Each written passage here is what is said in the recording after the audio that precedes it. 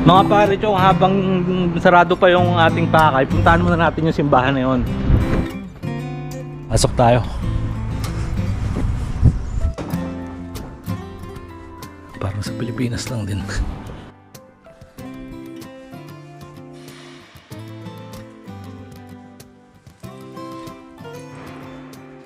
Magbabawas muna tayo ng kasalanan mga parityong. At magpapasalamat na rin kung anong meron tayo. O kahit meron man o wala, basta humihinga. Ang buhay ay parang alon sa dagat. Minsan, kalmado. Minsan, malakas. Pero kahit sa anong sitwasyon, ay nagpapatuloy pa rin tayo sa biyahe ng ating buhay. Hindi naman ako humihiling sa'yo ng sobra. Yung makita ko lang pamilya ko na malusog ang kalusugan ay ayos na. Bigyan niyo po sana ang pamilya ko ng malakas na pangangatawan at mahaba pa sanang buhay.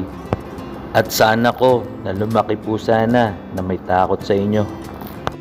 Siyempre, hindi naman po tayong perpektong tao. Nagkakamali din. Naging matigas ang ulo, naging pasaway. At hinihingi ko po ng kapatawaran ang aking sarili sa aking mga nagawang mga kasalanan.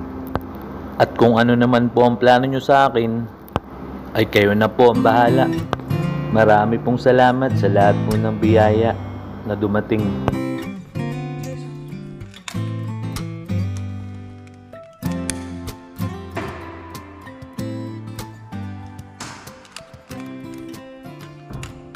Tirik tayo ng kandila para kay Jesus na nag-sacrifice sa ating mga kasalanan.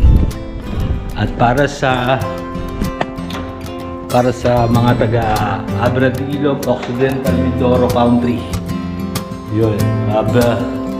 Bless sana kayo, lahat ng kasalanan mawala sa ating bayan. Alright, sabay, eto yung view.